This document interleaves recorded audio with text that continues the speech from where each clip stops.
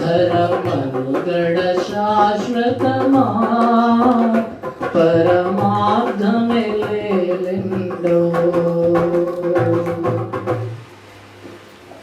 హల్లెలూయా. దేవుని పరిశుద్ధ నామానికి మహిమ కలుగును గాక. మరి సమకాలీన ప్రాధాన్యత కలిగినటువంటి ఒక అంశాన్ని చెప్పాలని ప్రేరణ వచ్చింది దేవుని యొక్క సన్నిధానంలో. లైవ్ ఇస్తే కూడా బాగుంటుంది. గత కొన్ని వారాలుగా చాలామంది కూడా అడిగారు. నిన్న ఒక పెళ్లి కార్యక్రమం వెళ్ళాను. ఇంచుమించు 1200 మంది వరకు పెళ్లికి వచ్చినాను. ఒక 8 నిమిషాలు 10 నిమిషాలు వాక్యం చెప్పిన అక్కడ పెళ్లిలో.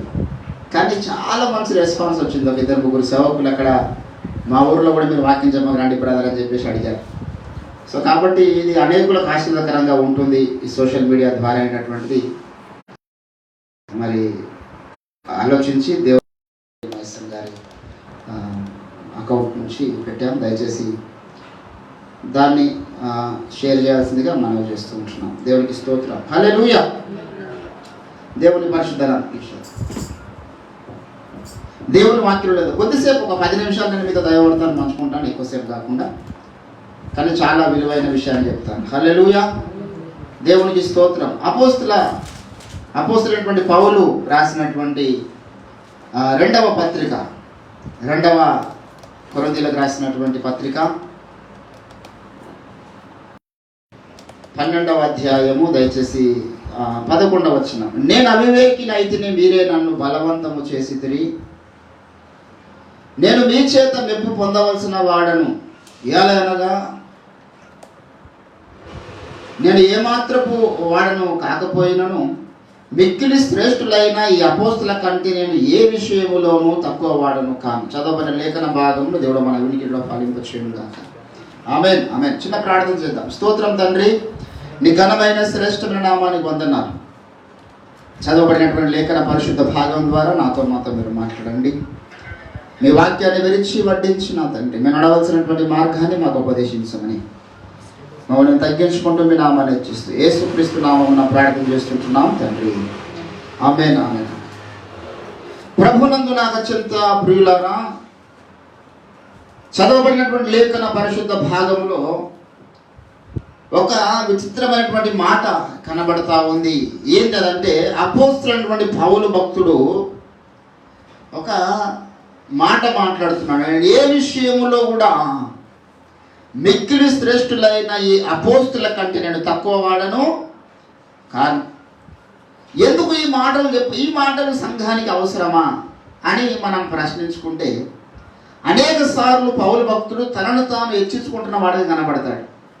అదే కొరింథీయులకు రాసినటువంటి 2వ పత్రిక 11వ అధ్యాయము మనం చూస్తే 5వ వచనంలో నేనైతే మిక్కిలి శ్రేష్ఠులైన ఈ అపోస్తుల కంటే లేశం మాత్రము తక్కువ వాడను కానని తలంచుకుంటున్నాను. నేను ఏ విషయం కూడా తక్కువ వాడను గాను. నేను వాళ్ళకంటే చాలా గొప్పని అని చాలాసార్లు చెప్పుకున్నాడు ఆయన. ఎందుకు ఈ రీతిగా చెప్పుకున్నాడు? కొరింథీయులకు రాసినటువంటి 1వ పత్రిక 9వ అధ్యాయం 1వ వచనంలో కూడా మనం చూస్తే నేను స్వతంత్రులను కానా, నేను అపోస్తులను కానా. ఏంటండి, నేను అపోస్తులను కానా, నేను స్వతంత్రులను కానా, నా పనికి ఫలము మీరు కారా? ఎందుకు తన అపోస్తలత్వాన్ని అందరూ గుర్తించాలి అని ఆశపడుతున్న వాడిగా కనబడుతున్నాడు. What is the depth? ఆయన అపోస్తులైతే మనకేంది, సువార్థికుడైతే మనకేంది, బోధకుడైతే మనకేంది, కాపరైతే మనకేంది అంటే మనకు దేవుని వాక్యం చెప్తున్నారు కదా చాలా అనుకోనికి వీల్లేదు. ఆయన ఎవరైతే మనకేంది దేవుని వాక్యాన్ని బోధిస్తున్నాడో మాకు ఆశీర్వదిస్తున్నాడు కదా అనుకుంటే చాలా మనం నష్టపోతాం. పౌలు అనేక స్థలాలలో నేను చాలా గొప్ప, మిగతా అపోస్తుల కంటే పేతురు, యోహాను, యాకోబుల కంటే నేను గొప్ప అని చెప్పుకున్నాను. నేను శ్రేష్టమైన వాడు, నేను తక్కువ వాడిని కాను. ఏ విషయంలో కూడా నేను ఈ కాలంలో మనం చెప్పుకోవాలంటే తగ్గేదే లేదు అంటాడు కదా, అదే అంటున్నాడు అక్కడ పౌలు. ఈ కాలం డైలాగ్ అది. ఆ కాలంలో పౌలు కనుక మరి అది ఇంటి రాస్తుండే తగ్గేది లేదు. అసలు ఆ మాటలు అట్టేనే ఉన్నాయి. ఏ విషయంలో తగ్గుతలేడు ఆయన. ఎందుకు అంతగా హెచ్చరించుకుంటున్న వాడిగా కనబడదు? నిజానికి హెచ్చరించుకుంటున్నాడా? ఎందుకు అట్లా చెప్పాల్సి వచ్చింది? నేను అపోస్తులుని, నన్ను గుర్తుపట్టండి, నేను వారికంటే గొప్పని, పేతుల కంటే గొప్పని, యోహాను కంటే గొప్పని ఆయన చెప్పుకోవాల్సినటువంటి అవసరం ఎందుకు వచ్చింది? అంతేకాదు వారికంటే ఎక్కువ నేను దర్శనాలు కూడా పొందుకున్నాను అంటాడు ఆయన. అదే కొరింథీయులకు రాసినటువంటి 2వ పత్రిక 12వ అధ్యాయంలో మనం చూస్తే 7వ వచనంలో నాకు కలిగిన ప్రత్యక్షతలు బహు విశేషముగా ఉన్నవి. చాలా వాళ్ళకంటే ఎక్కువ నేను ఎక్కువ దర్శనాలు పొందుకున్నా. ఏమనుకుంటారు మీరు దాని గురించి? ఎందుకు ఇన్నిసార్లు చెప్పాల్సి వచ్చింది ఆయన అంటే, పౌలును గుర్తించలేకపోవడం వల్ల చాలా మంది ఆత్మీయ జీవితంలో భ్రష్టులైపోయారండి. యేసు ప్రభువుల వారు అంటాడు, ఒకరు మీ దగ్గరికి వచ్చినప్పుడు వాడిని మీరు ప్రవక్త అని గుర్తిస్తే ప్రవక్త ఫలం పొందుతారు కదా. మత్తయి సువార్త మన ప్రభు అయిన క్రీస్తు చెప్పినటువంటి మాటను మనం చూద్దాం. ఎక్కడన్నాడంటే అధ్యాయము 40వ వచనములో, మిమ్మును చేర్చుకున్నవాడు నన్ను చేర్చుకొనును, నన్ను చేర్చుకున్నవాడు నన్ను పంపిన వాడిని చేర్చుకొనును. ప్రవక్త అని ప్రవక్తను చేర్చుకున్నవాడు ప్రవక్త ఫలము పొందుతాడు. ఇది మిస్ అయిపోతుంది అన్నమాట. ఒక వ్యక్తిని మనం గుర్తించకపోతే మనం పొందుకునే ఫలాలు మారిపోతూ ఉంటాయి. ఆ వ్యక్తి ఎవరు? అసలు నా ముందున్న దైవజనుడు ఎవడు? వాడిని గుర్తించాలి. ఎప్పుడు మనకు బైబిల్ చాలు, దేవుడు చాలండి, ఈ మధ్యలో సేవకులు అవసరం లేదు అనుకుంటే మీరు ఆత్మీయ జీవితంలో ఎదగలేరు. మీ ముందున్నటువంటి దైవజనుడి మీద మీకు సరైన గౌరవం లేకపోయినా మీరు ఆత్మీయంగా ఎదగలేరు. పౌలు ఇవన్నీ దృష్టిలో పెట్టుకొని చెప్తున్నాడు అక్కడ. ఏంటండి ఆ కొరింథీయులకు రాసిన పత్రికలో ఎందుకు అది చెప్పాల్సి వచ్చిందంటే, ఒక పాయింట్ చెప్తాడు కింద, ఒక పాయింట్ చెప్తాడు.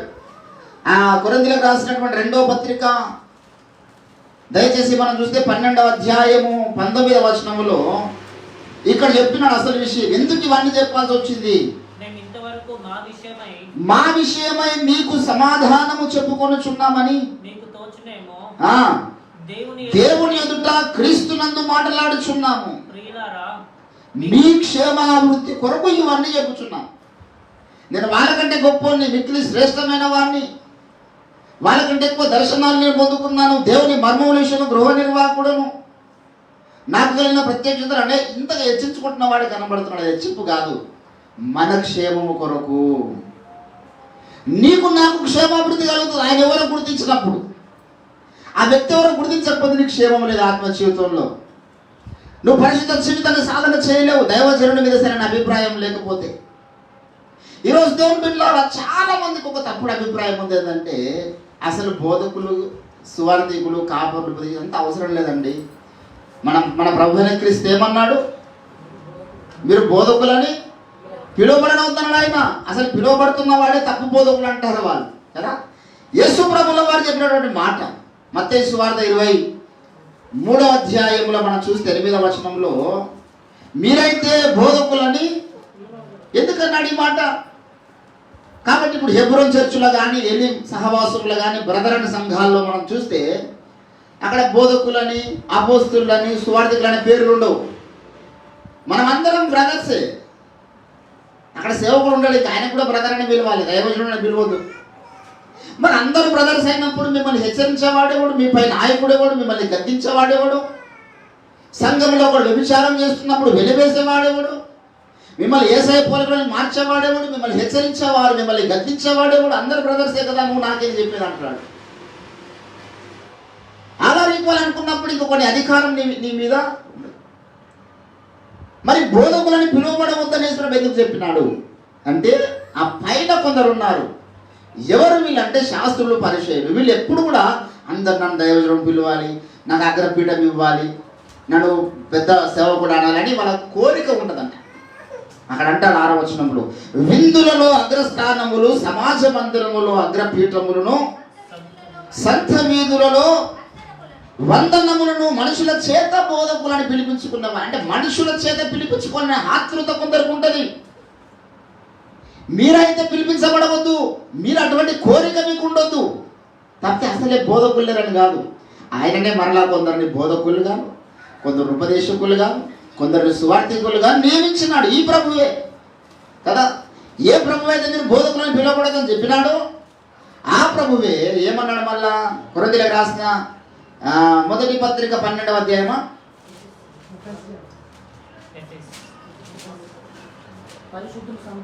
ఇక్కడ చదవండి. 1 కొరింథీ 12:28లో, మరియు దేవుడి సంఘములో కొందరిని అపోస్తలుగాను, కొందరిని ప్రవక్తలుగాను, అటుపిమ్మట కొందరిని బోధకులుగా. ఏంటంటే ఇక్కడ దేవుడు నియమిస్తున్నాడు. God is appointed to us to being a servants of God, to being a master, to being a prophet and apostle. దేవుడు నియమించినాడు. ఈ లైన్ దొరకలేదు. చాలా మంది అసలు అపోస్తులు లేరండి. భారతదేశానికి తోమ వచ్చింది కదా, తోమ ఒకటి లాస్ట్ అపోస్తులు అంటున్నారు. వారి అవివేక హృదయం అంధకారమయం అయిపోయింది. వారి అవివేకం తేడపడుతున్నది ఆ మాట వల్ల. యేసుప్రభు ఏర్పరచుకున్న 11 మంది మాత్రమే అపోస్తలులు అంటే పౌలు కూడా కాడు, బర్నబా కూడా కాడు. ఇంకా అపోస్తలులు ప్రసిద్ధికి ఎక్కిన వారు కొందరు ఉన్నారు మొదటి శతాబ్దంలోనే. ఆ 11 మంది మాత్రమే అపోస్తలులు అంటే పౌలును కూడా అపోస్తలులు కాడని నమ్మాల్సి వస్తుంది. తెలివి తక్కువ వాదాలు ఈరోజు పెరిగిపోతున్నాయి. ఎందుకంటే దేవుని బిడ్డలారా, పౌలు ఒక పత్రికను రాశాడు తను ఎవరో చెప్పుకోవడానికి. అవసరం లేని విషయం కాదు ఇది. అపోస్తలుని గుర్తుపట్టడం మనం నేర్చుకోవాలి. అపోస్తలులు ఉన్నారు, సేవకులు ఉన్నారు, అభిషేకించబడ్డ నాయకులు ఉన్నారు. How should we consider this person is comes from God, this person to being a apostle. వీడు అపోస్తలుగా ఉండడానికి అర్హుడా కాదా? How should we consider it? ఇది తెలుసుకోవాలి మనం.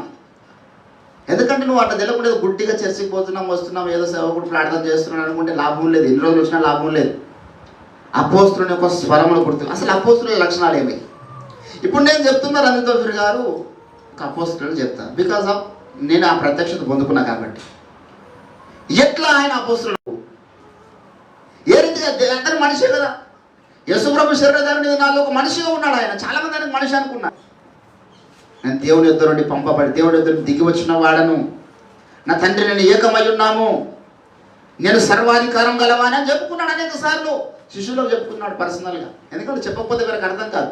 ఒక మనిషిగా చూస్తే వాడు జీవితకాలం అంతా వాడు రక్షణ పొందుడు.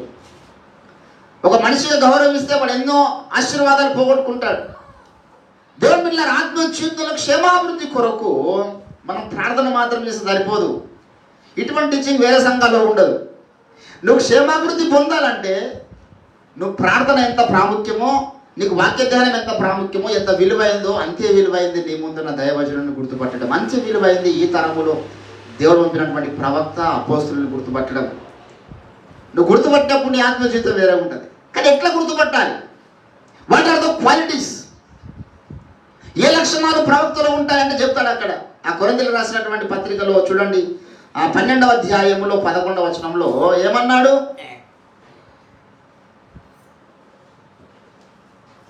కొరింథీయులకు రాసినటువంటి 2వ పత్రిక 12వ అధ్యాయము 12వ వచనంలో చెప్తున్నాడు ఆయన. ఏమన్నాడు? సూచక క్రియలు, అద్భుతములను, మహత్కార్యములను చేయుట వలన అపోస్తుల యొక్క చిహ్నములు, గుర్తులంటివి. ఎవరైనా ఇప్పుడు ఒక వ్యక్తి వచ్చి నేను అపోస్తులని నువ్వు చెప్పుకోండి అనుకో, ఐఎమ్ అపోస్తల్ అన్నాడు అనుకో, వాట్ ఈస్ ద మార్క్? ఇప్పుడు ఆ మార్క్ తెలియదు, రిమార్కు అంతా కూడా అపోస్తులను గుర్తుపట్టలేకపోతారు వారిలో రిమార్క్ ఉండడం వల్ల. చిహ్నాలు కొన్ని ఉన్నాయి. ఎవడు పడితే వాడు అపోస్తులని పేరు పెట్టుకోవచ్చు. మస్తు మంది పెట్టుకున్నారు. ఇప్పుడు భూమి మీద చాలా మంది నేను అపోస్తులు, నేను ప్రవక్తని పెట్టుకున్నాను. బట్ ఆ లక్షణాలు నీలో ఉన్నాయా? ఏ లక్షణాలు అవి చెప్పండి? సూచక క్రియలు. అపోస్తుల ద్వారా సూచక్రియలు జరుగుతాయి. మరి సూచక్రియ చేసిన ప్రతి ఒక్కడు దైవజనుడా? సూచక్రియలు చేసినటువంటి ప్రతి ఒక్కడు అపోస్తులుడా అంటే అది కూడా కాదు. ఎందుకంటే మనం అందరం ఎవరు తెలియని అద్భుతాలు, సూచక్రియలు సాధన చేశాడు, చేస్తాడు కూడా. ఐగుప్తు శకునగాళ్ళు కర్ర కింద పడేస్తే కూడా పాములైన మోసే కర్ర కింద పడేస్తే మాత్రమే కాదు. అంటే మరి ఎవరి శక్తి గొప్పది? ఇప్పుడు ఒక సూచక్రియ చేసినంత మాత్రాన ఈ దేవుడి సేవకుడు, ఈ అపోస్తులు అనుకోవడానికి వీల్లేదు. ఎందుకంటే అందరికంటే ఎక్కువ అద్భుతాలు, సూచక్రియలు సాధన చేస్తారని బైబిల్ సెలవిస్తుంది. ఏంటండి? ప్రకటన గ్రంథం 13వ అధ్యాయంలో ఎటువంటి అద్భుతాలు సాధన చేస్తున్నాడో మనం గమనించాలి. అద్భుతాల మీద దృష్టి పోవాలి మనకి. ఏంటండి? 13వ అధ్యాయం 13వ వచనంలో అది ఆకాశం నుండి భూమి మీదకి మనుషులు ఎదుట ఏం చేస్తుందంట? అగ్నిని. ఇప్పుడు మనం అందరం ఉన్నాము, గజ్వాల్లో ఉన్న మనుషులందరూ నింపి వాడొచ్చి గ్రౌండ్లో మొత్తం అందరు నింపి మీరు అందరు చూస్తున్నారు అగ్నిని రప్పియాలా అని అందరు చూస్తుండగా ఆకాశంకి అగ్ని రప్పిస్తాడు. అందరు చూస్తుండగా ఎట్లా రప్పిస్తాడు? యెహోవా నామమును రప్పిస్తాడు. పేరేమో దేవుడు ఉపయోగిస్తాడు, కానీ నిజానికి వాడు దేవుని యొక్క కుమారుడు కాదు, సాతాను పుత్రుడు వాడు, క్రూర మృగం వాడు. ఆ యొక్క అగ్నిని రప్పించిన తర్వాత కూడా కొందరు నమ్మడు ఉండరు. మీరు నమ్ముతలేరా, చచ్చిపోయిన లేపమంటారు అని చెప్పేసి చచ్చిపోయినాడు కూడా ఎంతోమందిని లేపుతాడు వాడు. అప్పుడేది పరిస్థితి? అద్భుతాలు సూచక్రియలు చేసిన ప్రతి ఒక్కడు అపోస్తలుడు అనుకుంటే అది కరెక్ట్ మార్క్ కాదు. ఇక్కడ చెప్పబడిన లక్షణాలు కొన్ని ఉన్నాయి, కానీ ఇవన్నీ కూడా ఒక లైన్లో మాత్రమే రైట్ అవుతాయి. సూచక్రియల ద్వారా, మహత్కార్యముల ద్వారా దేవుడి సత్యం స్థాపించబడే దినాలు ఇవి కాదు. ఏలియా జీవించిన కాలంలో అది సాధ్యమైంది. అందరు చూస్తుండగా కర్మేలు కొండ మీదకి ఏలియా అగ్నిని దింపినాడు. కానీ ఇప్పుడు అది కాదు లక్షణము. ఇప్పుడు లక్షణం ఏంటంటే, అపోస్తులను గుర్తుపట్టే లక్షణం ఏంటంటే, దేవుని బిడ్డలారా, కొరింథీయులకు రాసినటువంటి మొదటి పత్రిక 3వ అధ్యాయంలో చెప్తాడు 10వ వచనంలో, ఈ లక్షణము అపోస్తులలో ఉంటుంది. దేవుడు నాకు అనుగ్రహించిన కృప చొప్పున నేర్పరైన శిల్పకారుని వలె పునాది వేసి తిని. పునాది వేస్తాడండి అపోస్తులైన వాడు. వాట్ ఈస్ ద ఫౌండేషన్ అంటే తెలియదు. ఈ యొక్క థియాలజీ చదివినటువంటి థియాలజీ మురుగులకు తెలియదు. బైబిల్ కాలేజీలో చెప్పేది కాదు ఇది. నేను చాలామంది బైబిల్ కాలేజీ చదివిన వాళ్ళని అడిగిన, brother tell me what is the basic lessons and what is the foundation. నువ్వేం నేర్చుకున్నావు చెప్పు. బైబిల్ కాలేజీలో థియాలజీ చేసేసినావు, అది రెవరెండ్ అని పెట్టుకున్నావు, ఇంత పెద్దగా MTH ఇదేదో పెట్టుకున్నాడు కింద. Tell me what is the basic lessons అంటే, బైబిల్ మంచిగా చదవాలి బ్రదర్ అంటాడు, అది బేసిక్ లెసన్ అంట. మనం ఫస్ట్ ఆది కాండం చదవడమే బేసిక్. అది ఇక్కడ ఉంది బైబిల్లో, నువ్వు ఆది కాండం చదివింది బేసిక్ లెసన్స్ అని. బైబిల్ థియాలజీ పాఠాల్లో నేర్పేది కాదు, అపోస్తులు నేర్పే పాఠం అది. అపోస్తులని యొక్క మొదటి లక్షణము నేర్పరి అయిన శిల్పకారుల వల్ల సంఘానికి పునాది వేస్తాం. మనం ఒక ఇల్లు కట్టేటప్పుడే పునాది లేకుండా ఇల్లు కట్టమండి. ఈరోజు మన దగ్గర ఉన్న విశ్వాసులు చెక్కు చెదరరు ఎటువంటి పరిస్థితుల్లోనైనా. వేరే సంఘాల వాళ్ళు చిన్న గలిబిలి జరిగితే వాళ్ళ విశ్వాసం సన్నగిలిపోతారు. మన దగ్గర అందరూ బొట్లే పెడుతున్నారు. వేరే సంఘాల్లో బొట్టు పెడితే అంతేకదా మేము అన్ని రాళ్ళు కలిసిపోయిందని అన్నశ్రీ అయిపోయిందని అంటారు. మన దగ్గర సిల్వ ఆకారంలో బొట్టు పెట్టి క్రీస్తుకు సాక్షులు ఉన్నారు. ఒకసారి ఒక వివాహం గురించి నేను అయ్యగారి దగ్గరికి వెళ్ళినాను. నా తమ్ముడు ఒక ఆయన పెళ్లి సంబంధం. ఆ అమ్మాయి వాళ్ళ నాన్న వాళ్ళు దేవుని నమ్ముకుండే, తమ్ముడు నమ్ముకున్నాడు, అమ్మాయి కూడా నమ్ముకుంది. పెళ్లి సంబంధం మాట్లాడి నేనే పోయినా. ఆ రోజు వాళ్ళ అన్నిలు వాళ్ళ ఆచారాలు వాళ్ళు పాటిస్తూ పోయిన తర్వాత మేము అందరం కూర్చుంటే అందరికీ భోజనాలు పెట్టారు, మనిషికి ఒక కోటర్ తీసుకొచ్చి పెట్టారు ముంగట. ఆ సాంప్రదాయం అంట. పెళ్లి చూపుల కోసం అందరికి ఒక కోటి బాటిల్ ఇవ్వడం. మేము తాగమన్న సంగతి తెలియదు. అంత మాట నాకు ఏమన్నా తెలుసా, మేము హిందూ సాంప్రదాయ ప్రకారంగా పెళ్లి చేస్తామంటేనే మేము మా పిల్లను మా ఇంటి దగ్గర పెళ్లి చేయిస్తాం, లేదంటే మీరు క్రిస్టియన్ మ్యారేజ్ చేసుకుంటే మేము ఏమి ఇవ్వం, కట్నం ఏమి ఇవ్వం. ఆ అమ్మాయి పేరు మీద ఒక ఫ్లాటు 2 ఫ్లాట్లు ఉన్నాయి, అవి కూడా ఇవ్వమని చెప్పేసి అన్నారు. ఏం చేయాలి వీడికి లింక్ పెట్టాలని చెప్పేసి ఆయన దగ్గరికి వెళ్ళాను. మరి హిందూ సాంప్రదాయం పెళ్లి చేస్తే నలుగు పెడతారు, బొట్లు, కథ కార్ఖానా, ఆ మంత్రాలు వేరు. ఇద్దరు రక్షణ పొందిన వాళ్ళే.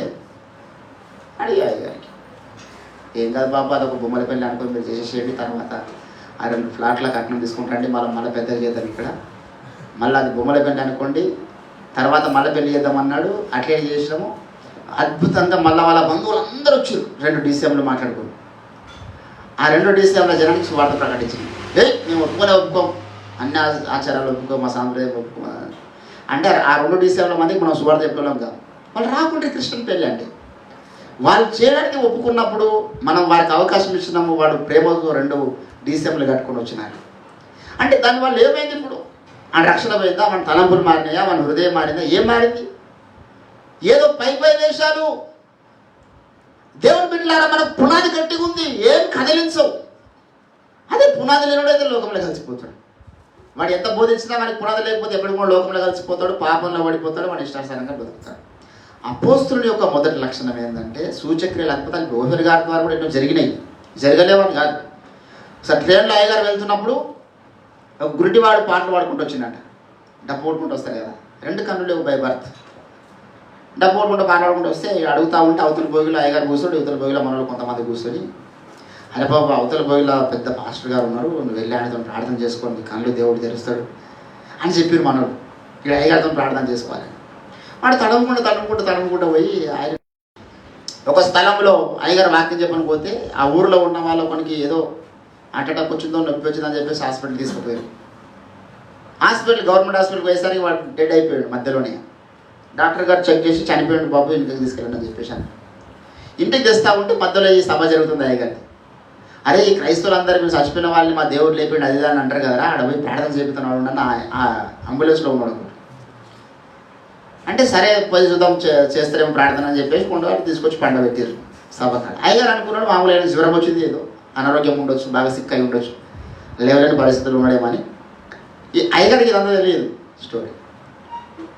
వచ్చాడు పండ పెడితే అయ్యగారు వచ్చి అంటే ఎత్తి మెసలు కొట్టేసి ప్రార్థన చేసి ప్రభావ అని అసలు ముట్టి బాబు చేయని ప్రార్థన చేసి చేయి తీసుకున్న కల్లా వాడు దిగ్గోళ్ళు వేసి కూర్చొని 3 తుమ్ములు పరీక్షాన్ని చుట్టుకుంటూ అంతా. ఇప్పటికి సాక్షులుగా వాళ్ళు ఉన్నారు. మనం అవి చెప్పుకోం, మా అయ్యగారు లేపిండు, మా అయ్యగారు స్వస్థపరచుండు, ఈ అద్భుతాల మీద మనం పునాది వేయలేం. అట్లా జరగలేవా?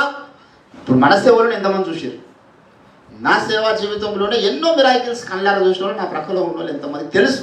దేవుడు ఆ సమయంలో కూడా అద్భుత కార్యం అవసరం అనుకుంటే జరిగించు, కానీ అవి ప్రామాణికం కాదు. To be a servant of God. ఒక అపోస్తులుగా ఉండడానికి, సువార్థికులుగా ఉండడానికి స్వస్థతలు అద్భుతాలు ప్రామాణికం కాదు. ఎందుకంటే అవన్నీ అవతల కూడా చేస్తున్నారు. కానీ ఏ ప్రామాణికము? పునాది వేయడము ప్రామాణికము. ఇది మొదటి లక్షణం. అపోస్తులను గుర్తుపట్టడంలో నూతన స్థలాలలో మందిరాలను స్థాపిస్తాడు, నేర్పరైన శిల్పకారుని వల్ల పునాది వేస్తాడు. ఆ లక్షణము ఈరోజు ఒక ఓఫిర్ గారిలో తప్ప ఇంకోటి లేదు. ఎందుకు ఈ విషయం చెప్తున్నామంటే మీ క్షేమాభివృద్ధి కొరన్నాడు పౌలు. ఆదిమ సంఘం ఎక్కడ పోయినా సంఘ క్షేమాభివృద్ధి కొరకు వారి అనుభవాలు పంచుకున్నారు, వారి సాక్ష్యాలు చెప్పుకున్నారు, వారి సేవా జీవితంలో సాక్ష్యాలు చెప్పుకున్నారు. ఎప్పుడు తరముల్లో యుగంలో దాచబడ్డ మర్మాలు చెప్తే ఇప్పుడు అవే మర్మాలు చెప్పుకుంటూ పోయినా అనుకో, నేను ఎవరో మీకు తెలియదు. లాస్ట్కి వస్తే బాహుబలి సినిమాలో లాస్ట్ కూడా అన్నట్టు నేను ఎవరిని అన్నట్లు అంటే కథ అడ్డం తిరుగుతుంది. నేను ఎవరో ముందే చెప్పాలి. ఇప్పుడు చాలామంది అట్టుంది పరిస్థితి. ముందున్న వ్యక్తి ఎవరో తెలియదు, బోధ వింటా ఉంటారు. అసలు ఎవడు నీ ముందు చెప్తున్నవాడు ఎవడు? వాని మీద ఎటువంటి అభిషేకం ఉంది? వాడు ఎక్కడి నుంచి పంపబడ్డవాడు? ఎంత అభిషేకించబడ్డవాడు? ఆయన అపోస్తలుడా, ప్రవక్తన, సువార్థికుడా, బోధకుడా, కాపరా, ఉపదేశకుడా? ఆయన స్టేటస్ ఏంది? దేవుని బిడ్డలారా, ఇది మొదటి లక్షణం అపోస్తలుని గుర్తించడంలో. రెండవది మీరు చూస్తే ఇదే కొరింథీయులకు రాసిన పత్రికలో కొన్ని అపోస్తలుల యొక్క లక్షణాలు చెప్తూ ఉంటాడు ఆయన. 11వ అధ్యాయము 2వ కొరింథీయులకు రాసినటువంటి పత్రిక 11వ అధ్యాయము 26వ వచనములో 24 చదువుదాం. యూదుల చేత 5 సార్లు దెబ్బలు తిన్నాడంట పౌలు. యేసుప్రభు ఒకటేసారి కొరడా దెబ్బలు 39 తింటే పౌలు 5 సార్లు 1:40 కొరడా దెబ్బలు నేను తింటుని, ముమ్మారు బెత్తముతో కొట్టబడుతుని, ఒకసారి రాళ్ళతో కొట్టబడ్డాడు, రంపములతో, రకరకాల ఆపదలు ఆయనకు. అనేక పర్యాయములు ప్రయాణములలో, నదుల వలన ఆపదలను, దొంగల వలన ఆపదల్లోను, స్వజనుల వలన ఆపదల్లోను, అన్యజనుల వలన ఆపదల్లోను. ఇది అపోస్తుల జీవితంలో జరిగే సంభవం. ఇది అపోస్తులని పేరు పెట్టుకుంటే సరిపోలే. ఈ సంభవాలు నీ జీవితంలో జరిగినాయా? ఇక్కడ ఎన్ని సంభవాలు రాసిండో పౌలు, అన్ని సంభవాలు ఈరోజు ఓఫిర్ గారి జీవితంలో జరిగినాయి. స్వజనులు ఆయన వ్యతిరేకిస్తున్నారు, కుటుంబ పరంగా ఆయన వ్యతిరేకతలు ఎదుర్కొంటున్నాడు, సమస్యలు ఎదుర్కొంటున్నాడు. అనేక పర్యాయములు ప్రయాణములు ఆపదలు, అన్యజనుల వలన ఆపదలు. ఎన్నోసార్లు ఆయన కొట్టారు ఓఫిర్ గారిని. సువార్త ప్రకటన వెళ్తే చేవెళ్ళ ప్రాంతంలో ఆర్ఎస్ఎస్ వాళ్ళు వచ్చి దుమ్మెన ఆయన మీద పడి భయంకరంగా కొట్టి నెత్తిపాలు కొట్టారు. ఒకసారి అయితే చనిపోయాడని చెప్పేసి పడేసిపోయినారు. గాంధీ హాస్పిటల్ తీసుకెళ్ళడానికి మనుషులు కూడా లేరు. రోడ్డు మీద వస్తుంటే ఒకసారి దాడి చేసి కారాపి మధ్యలో. ఇవన్నీ జరిగినాయా? నువ్వు అపోస్తుడానికి నీ జీవితంలో చరిత్ర ఎక్కడ ఉంది నీకు? అనేక పర్యాయములు, ఇబ్బందులు, శ్రమల కొలిమిలో అపోస్తులు ఉంటారండి. అంతేకాదు అపోస్తులకు ఒక గురి ఉంటుంది. తిమోతికి రాసినటువంటి పత్రికలో అపోస్తులని ఒక లక్షణం చెప్తున్నాడు ఇక్కడ. తిమోతి, నీవు నా ఉద్దేశమును, పౌలు జీవితంలో కలిగి ఉన్నటువంటి తత్వం, అపోస్తుల జీవితంలో కలిగి ఉన్న తత్వం 2వ తిమోతికి రాసిన పత్రిక 3వ అధ్యాయం 10వ వచనములో, అయితే నీవు నా బోధ, మొదటి what kind of teaching he has, ఆయన బోధిస్తున్నటువంటి టీచింగ్ ఏ రకమైన బోధ చేస్తా ఉన్నాడు అది గమనించాలి మనం ముందుగానే. నీవు నా బోధను, నా ప్రవర్తనను, నా ఉద్దేశమును, నా విశ్వాసమును, నా ప్రేమను, నా ఓర్పును, అంత్యొకయు, ఇకోనియా, లుస్త్రాను పట్టణములలో నాకు కలిగిన హింసలను. ఏమున్నాయి అపోస్తుల జీవితాల్లో? హింసలు ఉన్నాయి. వీడికి ఎక్కడ ఏ హింస లేదు, ఏడ దెబ్బలు తిన్నాడు, ఏం తిన్నాడు, ఏదో బైబుల్ కాలేజీలో నేర్చుకుని వచ్చి ఫ్రాఫిట్ అని పెట్టుకుంటాడు అనమాట, అపోస్తులు అని పెట్టుకుంటాడు. అటువంటి వారు దొంగ అపోస్తులు అన్నాడండి ఇదే పౌలు. వారందరూ దొంగ అపోస్తలు. ఎవరితో పడితే వారితో మనం ప్రార్థనలు చేసుకోవద్దు, ఎవరిని బోధ పడితే వారి బోధ వినొద్దు. భ్రష్టులుగా మారేది మీరే. వాడు అపోస్తులను చెప్పుకున్నంత మాత్రాన, వాడు ప్రవక్త చెప్పుకున్నంత మాత్రాన వారితో నెత్తిమేసి పెట్టి ప్రార్థించుకోవడం, వాని బోధ వినడము. నేను లాస్ట్కి వస్తే యెజబెలు సామ్రాజ్యంలోకి తీసుకెళ్ళిపోతుంది. అది అబద్ధ క్రీస్తు సామ్రాజ్యంలోకి తీసుకెళ్ళిపోతుందండి. కొరింథీయులకు రాసినటువంటి 2వ పత్రికలో కొంతమంది దొంగ అపోస్తులు ఉన్నారంటారండి. 11వ అధ్యాయము దయచేసి 12వ వచనము. అతిశయ కారణము వెతుకు వారు ఏ విషయంలో అతిశయించున్నారు, ఆ విషయములో వారును మా వలనే కనబడుచున్నారు.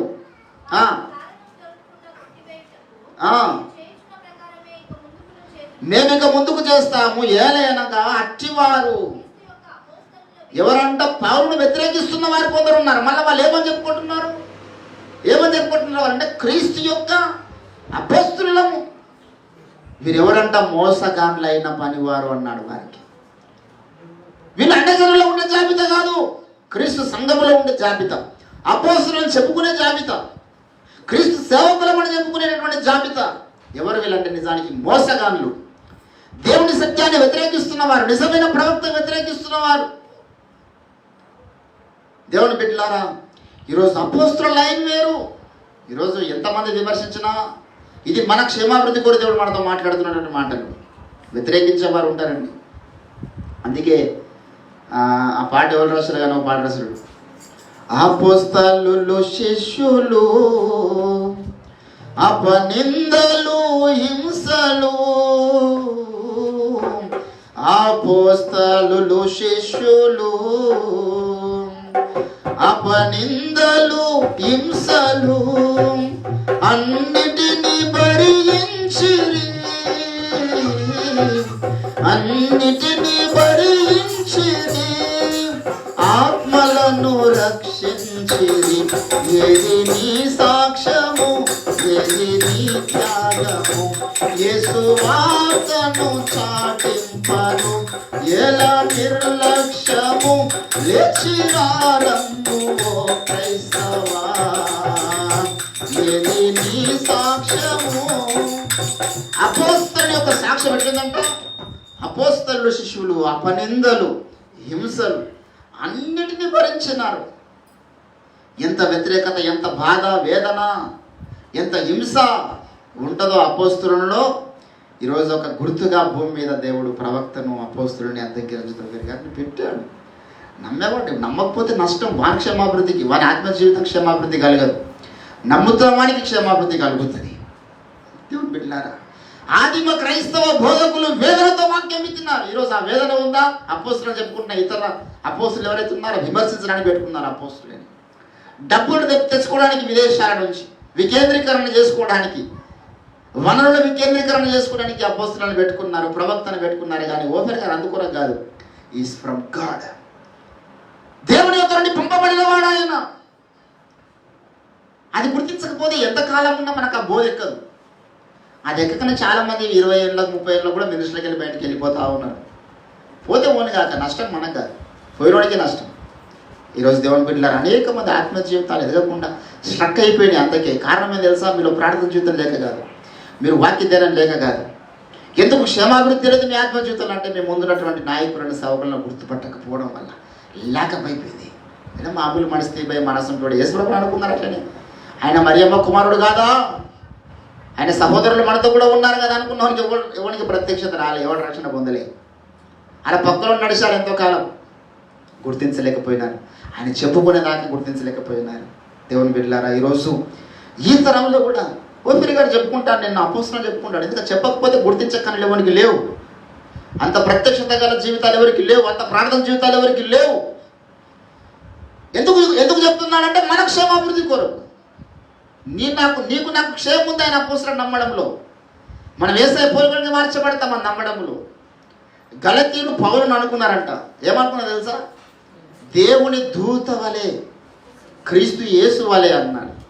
పౌలే వాళ్ళ దగ్గర పోతే ఏమనుకున్నారంటే, వాళ్ళు గలతీయులు అందరూ కూడా అమ్మ యేసు ప్రభు వచ్చేసింది మా దగ్గరికి.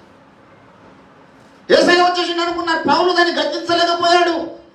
అరే నన్ను ఎందుకు యేసు ప్రభు అనుకుంటారు? యేసు ప్రభు ఆయన అందరికంటే గొప్పవాడు, సర్వశక్తిమంతుడు, ఆయన ప్రాణం పెట్టిండు, ఆయన సర్వాధికారి అని చెప్పలేకపోయాడు. మీరు నన్ను క్రీస్తులా గౌరవిస్తున్నారా? గౌరవించినది మీకే మంచిది అన్నాడు. మీ ఆత్మజీవితానికి క్షమాభివృద్ధి అని దేవుని దూతలాగా చూస్తున్నారు చూడండి. అట్లా కాకుండా కొందరు ఎట్లా చూశారంటే తెలుసా పౌరులు ఏంటండి? ఇదే కొరింథీయులకు రాసినటువంటి పత్రిక 12వ అధ్యాయంలో చివరిగా ఆ మాట చూడండి ఒకసారి. కొరింథీయులకు రాసిన పత్రిక 12వ అధ్యాయం 6వ వచనంలో, మేము భ్రష్టులము కామని మీరు తెలుసుకుందరని నిరీక్షించున్నాము అంటే అర్థమైంది. పౌలును పట్టుకొని కొందరు ఏమంటున్నారంట, ఆయన ఒక భ్రష్టుడు అండి, ఆయన శరీర సంబంధి అండి. అపోస్తలులకి ఈ మాటలు కూడా అనాలి.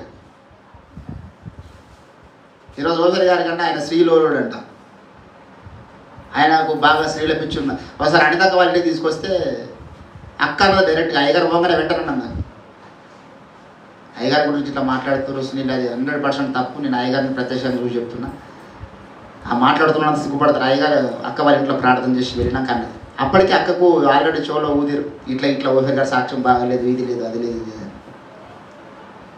పౌలు కూడా అన్నారు ఆయన భ్రష్టుడు అన్నారు. అంటే ఇవన్నీ ఉండొచ్చు, ఆయన శరీర సంబంధి అన్నాడు. పౌలు అన్నాడు. నిజంగా అపోస్తలుడైన వానికి ఇవన్నీ జరుగుతాయి. అన్యజనుల వల్ల ఆపదలు, స్వజనుల వల్ల ఆపదలు, అపనిందలు వేసే వాళ్ళు, భ్రష్టులు అనేవాళ్ళు. ఈరోజు అదంతా మన కళ్ళ గట్టిగా కనబడుతుంది ఒక ఓఫీర్ గారి మీద. India rest of the world cricket match జరిగినట్టు ఓఫీర్ గారు ఇక్కడ ఇక్కడ సైడ్ పోరాటం సత్యం కొరకు, అవతల మిగతా సంఘాలు అందరూ ఒకటి అయిపోయారు ఓఫీర్ గారికి విరోధంగా. ఎవడు లైవ్ పెట్టి ఎవడు ఏ సంఘంలో వాక్యం చెప్పినా ఓఫీర్ గారికి విరోధంగానే వాక్యం చెప్తాము. ఎందుకో తెలుసా? ఈయన అపోస్తలత్వానికి గుర్తు అదంతా కూడా. హల్లెలూయా! ఈయన నిజమైన అపోస్తలుడు, దేవుని చేత పంపబడిన వాడు, కుదురుపాటు కొరకని నిరూపిస్తున్నారు వాడు తెలియకుండా డైరెక్ట్గా. ఈరోజు మనకెందుకు ఈ మాటలు అంటే, నీవు నేను క్షేమాభివృద్ధి పొందడానికి మనం గుర్తించాలి. యేసుప్రభును ఎంత గౌరవిస్తున్నాం, ఎంత ప్రేమిస్తున్నాం, ఎంత హత్తుకుంటున్నామో అదే స్థాయిలో మనం ప్రవక్తను కూడా హత్తుకోవాలి. ప్రవక్త స్వరాన్ని గుర్తుపట్టాలి. దేవుని బిడ్డలారా, ఈరోజు అంటున్నాడు పౌలు, ఆయన ఏదో తను హెచ్చించుకోవడానికి కాదు చెప్తుంది.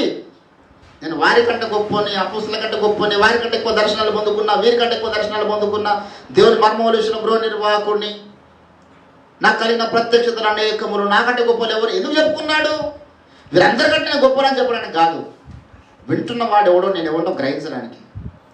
నా ముందు కూర్చున్నవాడు, నేను గడుతున్న సంఘంలో ఉన్నవారు నేను ఎవరో గుర్తించాలి. ఆ గుర్తిస్తే వారికి క్షేమం, వాడు ఏసైపోయి మార్చబడతారు. నన్ను గుర్తించకుండా వాడు అపరాధిగా క్రీస్తు న్యాయపీఠం ముందుకు రావద్దు. పౌరులను గుర్తించకుండా, పౌరు ఎవరో తెలుసుకోకుండా కొందరు అపరాధులు వస్తారు క్రీస్తు న్యాయపీఠం ముందు. అపరాధిగా నిలబడాల్సి వస్తుంది వాడు. ఈరోజు కూడా అనేకులు అట్లా అపరాధాలుగా నిలబడేటటువంటి లైన్లో ఉన్నారు. ఎందరో మీ అయ్యగారు తోపు అయితే మీకు అయ్యొచ్చు అన్నాడు ఒక ఆయన నాకు. ఇప్పుడు ఆ వ్యక్తి నిలబడతాడు దేవుని న్యాయపీఠం ముందు. ఆయన స్థాయి అది కనబడుతుంది రేపు న్యాయపీఠం దగ్గరికి పోయిన తర్వాత. ఆయన ఎంత పెద్ద తోపు అప్పుడు దేవుడు చెప్తాడు అడిగిపోయిన తర్వాత. అన్ని రాసి నేను ఒక మనిషిగా నేనే మర్చిపోను. ప్రతి ఒక్కటి గుర్తుపెట్టుకుంటాను క్రీస్తు న్యాయపీఠం దాకా. దేవుడు మర్చిపోతాడా? దేవుడు బట్టి రోజు మన ఆత్మీయ జీవితాలు, మనము కట్టబడుతున్నటువంటి విధానం, మనం నడిపించబడుతున్న విధానం, మనమున్న సంఘం, ఇది చాలా ప్రత్యేకమైనటువంటి మన లైన్ వేరు. అట్ ద సేమ్ టైం మనకు వచ్చే వ్యతిరేకతలు వేరు, మనకు వచ్చే శోధనలు వేరు, మనకు వచ్చే శ్రమలు వేరు, మన మీద జరిగే సాతాను దాడులు కూడా వేరు. కనుక గమనిస్తాం, జాగ్రత్త పడదాం. ప్రవక్తను హత్తుకొని జీవించడానికి ఇష్టపడదాం. దర్శనాన్ని హత్తుకొని జీవించడానికి ఇష్టపడదాం. మన ముందున్నటువంటి అభిషేకంతో కూడిన దైవజనుల్ని గుర్తిస్తాం. వారిని ఆశామాషలు చూడకండి, అది మీకు మంచిది కాదు. సేవకునికి ఏం నష్టం లేదు. ఇప్పుడు ఆయన అపోస్తలుడు కాడని అందరూ మొత్తుకుంటారు. ఆయనకి ఏమైనా నష్టమా? ఏం నష్టం లేదు. అట్లా అంటున్న వారికి నష్టం. ఈరోజు ఆ నష్టం మనలో ఎవరికి రాకూడదంటే మనము కూడా ఈరోజు మన ముందున్న సేవకుల విషయంలో జాగ్రత్తగా ఉండాలి. ఏ సేవకుని పడితే ఆ సేవకుని నమ్మకండి. అంతే దినాల్లో అపాయకరమైన కాలంలో అనేకులు అబద్ధ బోధకులు వస్తారు, అబద్ధ ప్రవక్తలు వస్తారు, అబద్ధమైనటువంటి పని ఎంతో జరుగుతూ ఉంటుంది. కనుక ఎవరిని పడితే వారి దగ్గరికి వెళ్ళకండి, ఎవరితో పడితే వారి బోధలు వినకండి. యూట్యూబ్లో ఎవరితో పడితే వారితో చేపెట్టి ప్రార్థన చేయించుకోకండి. ఎవరికి పడితే నిజమైనటువంటి లైన్లో ఉండడానికి ఇష్టపడదాం. దేవుని బిడ్డలారా, అలనాడు పౌలు చెప్పుకున్నట్లుగా ఈరోజు కూడా నేను అందుకే మన నాయకుడు అంటాడు, మీ అంతరిక్ష మంది ఎత్తులో మాట్లాడతావురా బాబు, అంతరిక్షం ఎత్తులో మా యొక్క టీచింగ్ ఉంటుంది. ఈ భూమి మీద వాడు ఏదో అండర్ గ్రౌండ్లో ఉండడానికి ఏమర్థమవుతుంది? అది మహోన్నతుని విద్య తెలియదు. They don't know what is the basic lessons. ఈ లోక విద్య మస్తు నేర్చుకోవచ్చు, ఏముంది? చదువుతో వచ్చే విద్య కాదు ఇది, ప్రత్యక్షతతో నేర్చుకునే విద్య. హల్లెలూయా. కన్నులు వెలిగించబడ్డ వాళ్ళు నేర్చుకునే విద్య. కనుక ఈరోజు మన లైన్ వేరు. అందుకే మనం అపోస్తులను ఎట్లా గుర్తించినామంటే ఇవన్నీ పౌలు జీవితంలో ఏమేమి జరిగినాయో తూచా తప్పకుండా అవన్నీ ఈరోజు భూమి మీద ఓఫీర్ గారి జీవితంలో జరిగినాయి. ఆ కారణాన్ని బట్టి ఆయన అపోస్తులుడిగా ఉండడానికి అర్హుడు. ఆ రీజన్ బట్టి టు బీయింగ్ ఏ అపోస్తల్. ఇక అవతల చెప్పుకుంటున్న వాళ్ళకి లైన్ ఉందో లేదో చూసుకోవాలి. ఈ శ్రమలు, హింసలు, కష్టాలు, వ్యతిరేకతలు, బాధ, వేదన వారి జీవితంలో ఉందో లేదో చూసుకోవాలా. వారికి ఎంతమంది స్వజనులు ద్వేషించారో చూసుకోవాలి, ఎంతమంది అనజనులు ద్వేషించారో చూసుకోవాలా, ఎంత హింసించబడుతున్నారో చూసుకోవాలి. నువ్వు అపోస్తులని పేరు పెట్టుకుంటే లాభం లేదు. కాబట్టి రోజు మనం ఉన్నటువంటి స్థాయి, వీఆర్ వెరీ లక్కీ పర్సన్స్. మనం నిజమైనటువంటి అపోస్తుల బోధలో కట్టబడుతున్నాం. నిజమైన అపోస్తుల యొక్క బోధ కింద మనం పెంచబడుతున్నాం. We are very lucky persons. అవతల మనకు అది అర్థం కాదు. గుడ్డోడు దాచుకున్నట్టుగా నడుస్తూ ఉంది వ్యవహారం. కనుక దేవుని బిడ్డలారా, చాలా అపాయకరమైన కాలములు మన ముందున్నాయి. ఏ బోధ పడితే ఆ బోధ వినకండి. మరీ చెప్తున్నాను. ఇక్కడ కూర్చున్న వాళ్ళు కానీ, ఇది ఆన్లైన్లో ఉంటుంది, యూట్యూబ్లో ఉంటుంది, నా ఛానల్లో ఎప్పుడు ఎందరు విన్నాను. నేను ఇప్పుడు చెప్తున్నాను, నేను రక్షణ పొంది 14 సంవత్సరాలు. 1 సంవత్సరం నేను వేరే సంఘంలో ఉన్నా. 8 నుంచి 9 వరకు. 9లో నేను ఓఫీర్ మిషన్లోకి వచ్చిన. అప్పటి నుంచి ఇప్పటిదాకా నేను ఓఫీర్ గారు తప్ప ఇంకో నడితే చేయడం నీలే పెట్టిందే. అది ప్రార్థన చేస్తే అడిగిలో చేయాలి. కొందరు ఎవడు 4 అద్భుతాలు చేయగానే పోయి తల ఉంచుతారు అక్కడ. ఆయన మీకు భ్రష్టాత్మని మీదకి వస్తుందా? అసలు ఎవడు వాని బోధ ఏంది, వాని టీచింగ్ ఏంది, వాడు చేసే అద్భుతాలు. ఇప్పుడు విలియం బ్రేనమ్ గారు చాలా అద్భుతాలు చేసిండు. ఆయన ప్రార్థన చేస్తే అగ్ని దిగొచ్చింది. కానీ అబద్ధ బోధ చేసిండు ఆయన. తండ్రి కుమార పరిశుద్ధాత్మ నమ్మలేదు. వాని బోధన బట్టి వాని నిజమైన అద్భుతమా అబద్ధమైన అద్భుతమా గుర్తించాలి. ఏదో దీవెనల వెనకాల పరుగులు దిగొద్దు. అందుకే ఇది అపోస్తుల యొక్క గుర్తు కాదు, అక్కడ చెప్పినా ఆ సూచన కాదు, అది ఒక పాత్ర అంతే. ఇంకా అవతల ఎన్నో లక్షణాలు ఉన్నట్లుగా ఈరోజు దేవుని బిడ్డలారా, భూమి మీద మన కళ్ళ ముందుగా అపోస్తుల యొక్క బోధన కట్టబడుతున్నాం. జాగ్రత్త పడదాం. అయ్యగారి గ్రంథాలు ధ్యానించండి, అయ్యగారి యొక్క వాక్యాలు వినండి. యూట్యూబ్లో తప్పితే వేరే వాళ్ళే వినకండి. మీరు ఏం నేర్చుకుంటారు అక్కడ? ఏముంటుంది? సరుకు 2-3 గంటలు మాట్లాడితే సోది ఉంటుంది అక్కడ. అట్ ద సేమ్ టైం వారి మీద పనిచేసే స్పిరిట్ నీ మీదకి వస్తుంది. యజబేలు భ్రష్టాత్మకి వెళ్ళ అట్లా వెళ్ళిపోయినాడు ఎంతోమంది. మొన్న దాకా నాకు పిలిపించి వీళ్ళు ఊరు అబ్బాయి నన్ను పిలిపించి పెద్ద మీటింగ్ పెట్టించు. లాస్ట్కి వస్తే ఆ యూట్యూబ్లో ఎవరెవరియో వీడియోలు విన్నాడంట. వీవు కానీ వీని వాని అంతా అవివేకుల వీడియోలు చూసి ఇప్పుడు వాడు నాకే వ్యతిరేకం అయిపోయాడు. ఇప్పుడు నన్నే బ్రష్ అంటున్నాడు, ఓఫీర్ గారికి బ్రష్ అంటున్నాడు, ఇష్టం పట్ల మాట్లాడుతున్నాడు. ఎట్లా తయారైంది ఆవిడంటే యూట్యూబ్లో ఎవరెవరియో ప్రసంగాలు విని. చాలా ప్రభావం చూపిస్తుంది అది, అంత లైట్గా తీసుకోదు.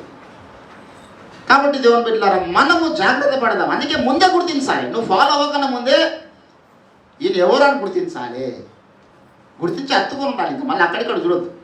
పేతురులాగా నీ ముందున్న ఆ వ్యక్తి మీద గురు ఉండాలి, ఆయన చెప్తున్న బోధ మీద గురు ఉండాలి. ఆయన మైండ్కి నువ్వు కనెక్ట్ అయిపోవాలి, అంతే. ట్యూన్ అయిపోవాలి ఆయన మైండ్కి. నీ ఛానల్ సెట్ చేసుకోవాలి, ఇంక అంతే. దేవుని బిడ్డలారా, ఈరోజు నేను మనం అందరం కూడా ప్రభు సన్నిధానంలో మనం ఏ స్థితిలో ఉన్నాము, ఏ రకమైన బోధలో మనం పెంచబడుతున్నామో జాగ్రత్త పడదాం. నువ్వు వింటున్న బోధ నేను ఏసై పొరుగులకు మార్చగలుగుతుందా? నువ్వు వింటున్న బోధ అపోస్తుల బోధనా? నువ్వు వింటున్న బోధ యేసు ప్రభు ఏ సేవకులైతే అపోస్తులకు అభిషేకించి రాయించిన బోధనా? ఇదే బైబుల్ పట్టుకొని ఇదే బోధ అంటూ చెప్పుకుంటూ వచ్చి కొందరు దొంగ అపోస్తులు ఉన్నారని బైబుల్ సాక్ష్యం ఇస్తుంది. దొంగ బోధకులు ఉన్నారని బైబుల్ సాక్ష్యం ఇస్తుంది. ఏంటంటే వారు చెప్పే సువార్త వేరొక సువార్త ఉంటుందని పౌలు చెప్పాడు. ఈరోజు అది మన కళ్ళకు కట్టినట్టుగా కనబడతా ఉంది ఎంతోమంది. కనుక ఈ అపాయకరమైన దినాల్లో, ఈ అంత్య దినములలో మనం జాగ్రత్త పడదాం. చాలా సీరియస్గా మన ఆత్మీయతను తీసుకుంటే తప్ప నువ్వు బలంగా జీవించలేవు. కనుక ఈరోజు మన ముందున్న అపోస్తులను గుర్తుపడడానికి కావాల్సిన అభిషేకం అడుగుదాం. We need revival, we need revolution in our life. ఆ ప్రత్యక్షత రావాలి దావీదుకు వచ్చినట్లుగా. నా కన్నులు వెలిగించు ప్రభువా. అనేకులు ఈరోజు దూషిస్తున్నారు. అదే నిరూపిస్తుంది ఓఫీర్ గారి ప్రవక్తని, అదే నిరూపిస్తుంది ఓఫీర్ గారు అపోస్తలుడని. అలనాడు పౌలు జీవితంలో ఏ క్వాలిటీస్, ఏ లక్షణాలు, ఏ శ్రమలు, ఏ నిందల అవమానాలు భరించాడు, అవన్నీ ఈరోజు ఒక అపోస్తుడైనటువంటి ఓఫీర్ గారిలో మాత్రమే కనబడుతున్నాయి, ఇంకెవరిలో కనబడతలేదు. ఇతరే నిజమైన అపోస్తులు అని చెప్పేసి ఏం చేయాలి? మనము ఆ అపోస్తుల పాదాల దగ్గర మన చిరస్థిరాస్తులు అమ్మి తీసుకుపోయి పెట్టాలి. హల్లెలూయా. నిజమైన అపోస్తులను గుర్తించినప్పుడు ఆదిమ సంఘం చేసిన పని ఏదో ఆ పని మనం చేయాలి. అటువంటి సమర్పణ హృదయాన్ని దేవుడు మనందరికీ అనుగ్రహించినట్లుగా ప్రార్థన చేసుకుందాం. వారి బోధనలు పెంచబడడానికి ఇష్టపడదాం. రండి, ప్రభు కొద్ది మాటలు మన వెనుకలో దీవించి ఫలింపచేయను గాక. ప్రార్థన చేద్దాం. హల్లెలూయా. తండ్రి, అలనాడు పౌలు సాక్ష్యం, పౌలు అనేకుల కంటే గొప్పవాడని చెప్పుకున్నటువంటి పత్రికలు సంఘ క్షేమాభివృద్ధి కొరకు మీరు పంపించినట్లుగా ఈరోజు కూడా మా క్షేమం కొరకు మీరు పంపించినటువంటి ప్రతి మాట కొరకు నీకు స్తోత్రాలంతా. హల్లెలూయా.